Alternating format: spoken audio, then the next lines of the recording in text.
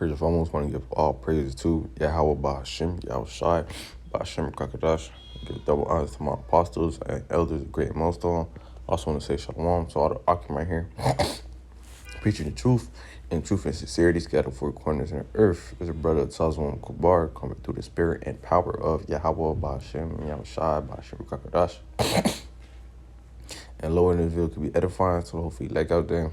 And it's going to be a quick video before I head out. You know, may the Lord edify you brothers out there who's listening. Now, I'm still going to go into Isaiah chapter 26, verse 20. This is Isaiah chapter 26, verse 20. It says, "Come, my people, enter down to thy chambers, and shut thy doors about thee, hide thyself, as it were for a little moment, until the indignation be overpassed." And what is this? What is this going to? This is talking about, that day, or through all hell's breaking loose when all the nukes, are being shot out. The Lord's going to gather his elect from the four corners of the earth. The Lord's going to gather his elect, and the Lord's going to beam up the elect into the chariots. That's what it's going to when it's talking about the chambers. Enter down into thy chambers. That's talking about the chariots. That's talking about the chariots. That's talking about the chariots. I'm going to read down verse 21. I'm going to just read 21. "For behold, the Lord Yahweh coming out of his place to punish the inhabitants of the earth for their iniquity. The earth also shall disclose her blood and shall no more cover her slain." The Lord basically is going to judge the nations, especially in that valley of Jehoshaphat. When all nations gathered there in the Middle East, the Lord is going to judge them. But in the midst of that, the Lord is going to gather his elect, because, the elect is going to have to be saved. The elect is going to have to be taken up and protected. And that's, that's our vehicles of salvation. We look up to those we understand through the Spirit, and because of this truth, well, ultimately through the Spirit, that we understand that these so-called, what they call UFOs, are really the vehicles of our salvation. And the vehicles of the Lord. The Lord's gonna come here with the chariots to beam up his elect, also to judge the nations. You go into Joel chapter 3, and it talks about it. Let me get it real quick. I'm gonna go to another precept just to prove a point. It says, I'm starting verse 1, "For behold, in those days and that time when I shall bring again the captivity of Judah and Jerusalem." That's talking about the Lord who gather his people, not going back to slavery. No, it's not talking about going back to slavery. No, that's talking about the Lord is talking about gathering his people. And it says, "I will also gather all nations and bring them down into the valley of Jehoshaphat, and will plead." Plead goes into judgment. Will judge with them there for my people and for my heritage Israel, who they have scattered among the nations in part of my land. All these nations, all these heathen nations took part, and took part of the nation of Israel, But we went through all these type of captivities, But it's more than just one captivity. We've been through many captivities, But tying it back to the point, the Lord's gonna judge them, especially judge them in that specific place, the Middle East, where the Lord calls Jehoshaphat, which is Yahweh Shabbat, Yahweh's judgment, or the judgment. But at the same time, the Lord is about to judge them. The Lord is going to beam us up to the so-called chambers. Chambers being the the chariots.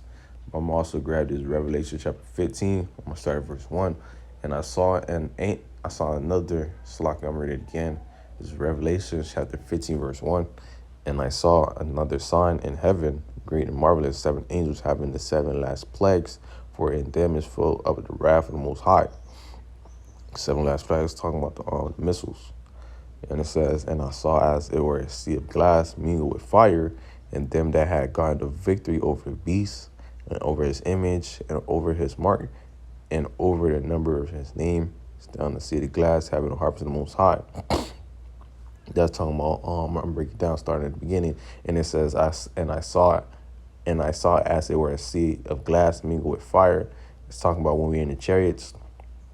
We in the chariots watching the indignation, all that's going on. We watching all these places burning up. Having front row seats in the chariots. Going back to the chambers, which means the chariots. It said, and them that had gotten the victory over the beast and over his image and over his mark and over the number of his name, stand on the sea of glass, having the harps of the Most High. And that's talking about once again the elect. The Lord beaming up the elect into the chariots.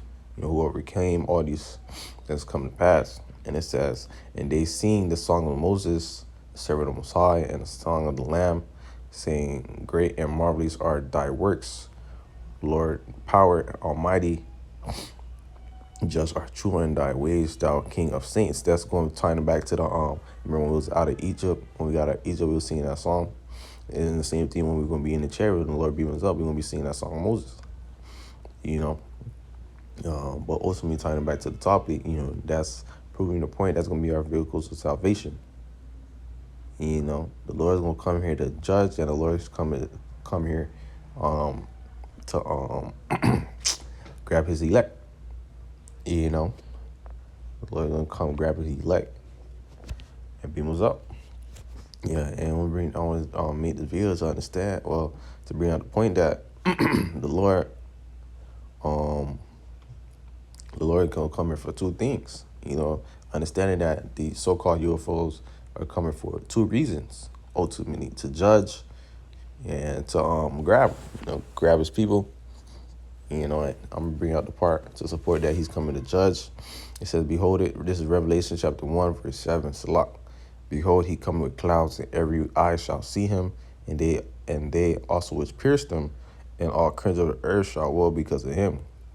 So Yahushua coming, and people back then was basically talking shit, and basically talking shit, saying, oh, crucify him, this and that, spit on him. They back in their lock, and my brother pointed out to me the people who was talking shit and this and that when Yahushua was getting crucified, they back in their lock, meaning that some could even be part of the armies and shit, basically getting like a overkill or getting itself in like a direct hit. Because think about it like this. Well, how the brother break it down for me, I was just saying, they could be in the army, because the armies and stuff will be back, they're gonna be in the Valley of Jehoshaphat. They're gonna get judged there, But they was bringing out just an example, But those is talking about those who are pierced them. That's talking about those back then,